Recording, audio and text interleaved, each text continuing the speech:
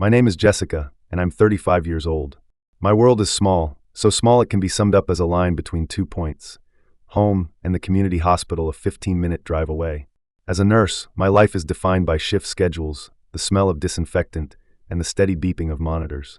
My husband, Tom, is a UPS delivery driver, a quiet but dependable man who always carries the faint scent of cardboard and sweat, a scent that's the cornerstone of our home. We're not rich, but our life is like our carefully maintained lawn, neat, peaceful, without surprises or much drama. That is, until I unleashed a tsunami that drowned everything we had. We met in community college after high school. Tom wasn't the type to whisper sweet nothings. His way of showing love was quietly fixing my beat-up second-hand car or silently handing me a hot coffee while I stayed up cramming for anatomy exams.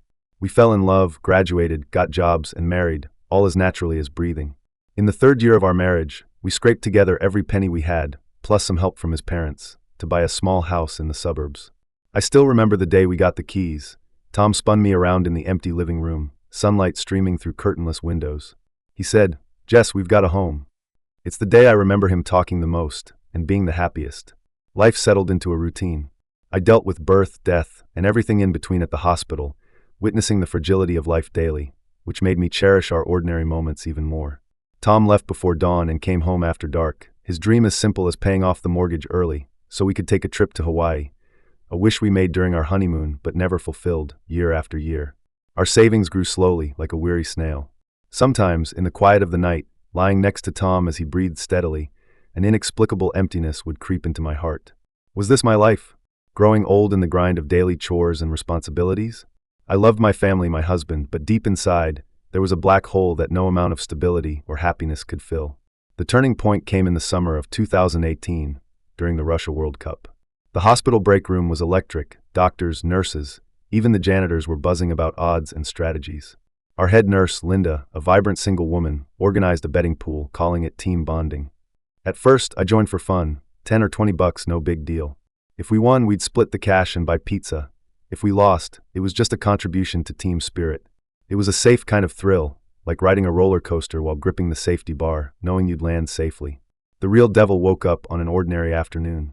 A quiet male nurse named Kevin, usually reserved, was flushed with excitement that day. He'd bet 20 bucks on an obscure parlay and won over $7,000. When he showed us the numbers on his phone, the break room fell silent. $7,000, more than I could earn in over a month of sleepless shifts dealing with difficult patients and their families. All it took him was 90 minutes and 20 bucks. In that moment, something inside me broke. I looked at Kevin, still the same guy, yet somehow different, glowing with a halo of luck. And me? Just an ordinary nurse, changing dressings and giving shots day after day. I started keeping secrets. I was ashamed of the greedy fire igniting in my heart, so I hid it from Linda and my colleagues. I turned to the internet and discovered a new world. On those dazzling websites, the long 90-minute wait of a soccer match became torture. Algorithms fed me faster, more thrilling games, online slots, Baccarat, rapid-fire Keno. It was a world without day or night, just a click of the mouse, and the results were instant. I remember my first deposit, just 50 bucks. I told myself it was like buying a movie ticket. I clicked on an Egyptian-themed slot game, with golden scarabs and pharaohs spinning across the screen. The 50 bucks vanished quickly. Unwilling to give up, I deposited another 100. This time, the screen erupted in gold, triggering free spins, and the bonus counter shot up, stopping at $800. My heart pounded like a drum. That feeling, stronger than my first paycheck, a patient's gratitude, or my husband's embrace, was pure, primal, untainted joy.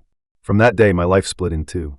By day, I was Jessica, the gentle, skilled nurse. By night, while Tom dozed on the couch watching sports, I rode a roller coaster from heaven to hell on my phone screen.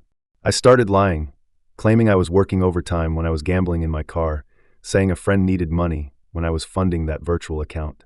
My sleep dwindled, my temper flared. Tom noticed the change, asking if work stress was getting to me. I'd nod vaguely, unable to meet his eyes. 6 months later, our savings, over $50,000, were gone. That was money for a new car, for our future kids' education. Panic gripped me, but my first thought wasn't to stop, it was how to win it back. I opened my credit card app, staring at the $80,000 limit across my cards. A voice in my head whispered, "Jess, this is your last chance. Win it back, and it's like nothing ever happened." What followed was madness. I was a drowning woman, clutching at every straw.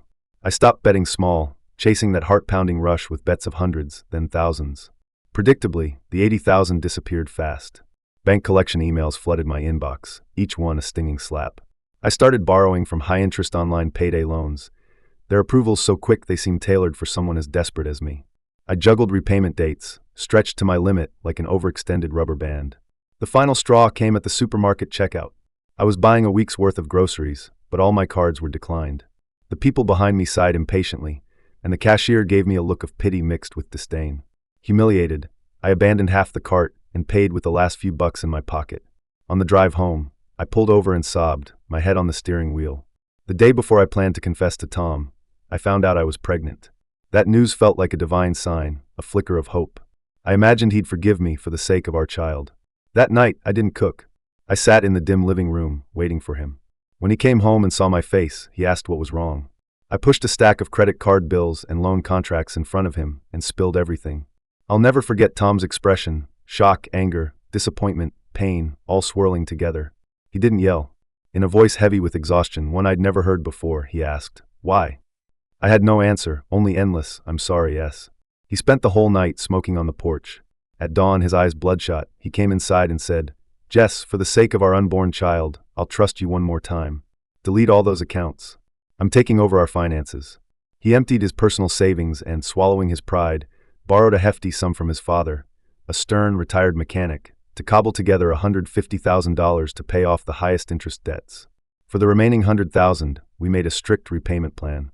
We cut out all luxuries, no dining out, no new clothes. Tom took on extra work, his fatigue etched into his face. Guilt consumed me, and I swore I'd quit, be a good wife, a good mother. For the next 2 years, I kept my promise. Our son Leo was born, a beam of light in our darkened lives. I poured all my energy into caring for him and working. By the end of 2020, we'd cleared all the debts. Tom's mom gave me $20,000 as a gift for her grandson, which I used to settle the final balance. When our bank account hit zero debt, I hugged Tom, feeling reborn. We even started replanning that Hawaii trip. I thought I'd defeated the devil inside me. I was wrong. The devil never left, it was just dormant, waiting for its next chance. In June 2021, the European Championship began. The break room buzzed with the same football fever as 3 years prior.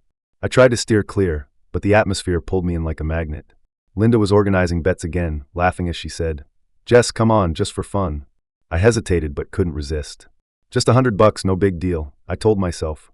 But after losing 1,000, that familiar mix of frustration and humiliation surged back. I lied to Tom about attending a nursing seminar, booked a cheap motel, and locked myself in for 2 days and nights. I re-downloaded the app with a new email, telling myself I'd win back the 1,000 and stop. I did win it back, plus 2,000 more. But just like before, once the floodgates of greed opened, they wouldn't close. I thought I'd crack some code, that luck was on my side. I canceled my checkout and kept gambling in that grimy motel room, takeout boxes piling up by the door, the air stale. My eyes were bloodshot, my mind filled with odds and patterns. This fall was faster and more complete than the first. The guilt I felt for my family was buried under an obsession to win it back. I dipped into Leo's education fund and even stole Tom's emergency cash hidden in the closet. When I'd burned through every dollar I could touch, I turned to loans again. Having recovered, once, I convinced myself I could always find a way out, no matter how deep I sank. In a year and a half, I lived a double life. To my family, I was a loving mother and wife. The moment I turned away, I was a frenzied gambler. I got better at hiding it. I could read Leo a bedtime story while betting on my phone with my other hand. By early 2023, collection calls pushed me to the brink again. I tallied it up. My new debt was $400,000. I chose a night when Tom came home early to confess again. I thought our past experience might help him calm down faster. I even cooked his favorite meal, hoping to soften the blow. But when he heard the number, his reaction was 100 times worse than the first time. He didn't speak, just stared at me with an icy look I couldn't read. Then, like an enraged beast, he flipped our dining table, plates, bowls, and hot food crashing to the floor. I screamed in fear as he pointed at my nose, cursing me with venomous words I'd never heard from him, calling me a hopeless liar, a destroyer of our family. I broke down, yelling about divorce. His eyes red, he roared, "Fine. Get out now." I grabbed my purse and stormed out. I had nowhere to go, ending up in the same cheap motel I'd used for gambling. For days, I survived on the last of my credit, torn between relief and terror. I couldn't imagine how Tom would manage Leo alone. Within a week, he called, his voice hoarse and weary. "Come back for Leo's sake." We didn't fight, just discussed the 400,000 in debt like strangers. We were tapped out. Tom went to his parents again, spinning a flimsy story about investing in a delivery hub with a friend.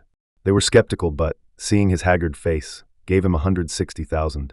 I used the same excuse to borrow from my parents and relatives. My mom cried over the phone, asking what was wrong, but I could only grit my teeth and lie. We cleared the debt again, but our home was an icebox. Tom stopped talking to me. Our only conversations were about Leo. He monitored me like a warden, checking my bank statements and phone. I felt like a transparent prisoner, stripped of dignity. Repaying the debt was a long, oppressive slog. I worked myself to the bone to pay back my family first. My parents' money was their retirement, and my younger brother needed their support to start his own family. By February this year, I'd cleared my side of the debts. I breathed a sigh of relief, thinking our family might still have a chance to heal. But then Tom made a new demand. He wanted me to hand over my paycheck so we could prioritize repaying his parents' $160,000. He argued it was only fair to both sets of parents. That request ignited all the resentment I'd bottled up. I screamed at him. My parents' money is their retirement. My brother needs their help. Your parents have pensions. They don't need this money. Why are you pushing me to the edge? That fight was the final straw. To punish my uncooperativeness, Tom started funneling all his income to his parents. Every household expense, mortgage, utilities, food, and Leo's nearly $1,000 monthly daycare, fell on my paycheck alone. I became a paycheck-to-paycheck zombie, unable to save a dime.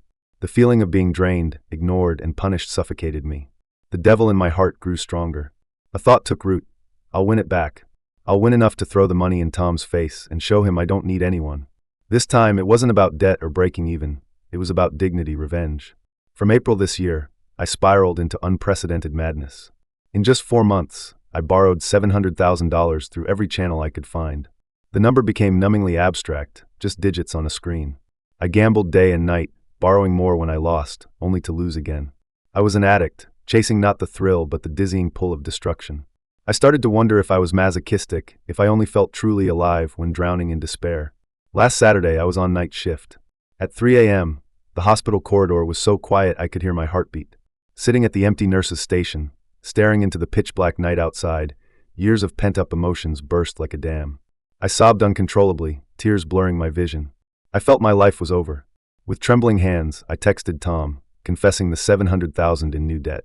This time, I didn't expect forgiveness. It was more like a suicide note, a final cry for help. Minutes later, my phone lit up. His reply was 3 words. I understand. No anger, no curses, just those 3 words like ice, freezing my last shred of hope. Since that day, I haven't dared go home. I've been living in the hospital's on-call room, a homeless ghost. I'm too scared to call Tom, terrified he'll say divorce. I pray daily for another message from him, even if it's to curse me. Anything but this deadly silence. Our house, Tom's premarital property, is worth about $400,000 now. Even selling it wouldn't cover the debt. My greatest fear is the collection calls reaching the hospital. If I lose my job, I'll have nothing left. I don't want a divorce. Leo's so young, he needs a whole family. Sitting here, surrounded by the smell of disinfectant, I ask myself over and over, if Tom gives me one last chance, can I really quit? Or am I too far gone, every recovery, just a prelude to a harder fall? How do I stop this vicious cycle? I don't know the answer. All I know is I'm being swallowed by a black hole I created myself.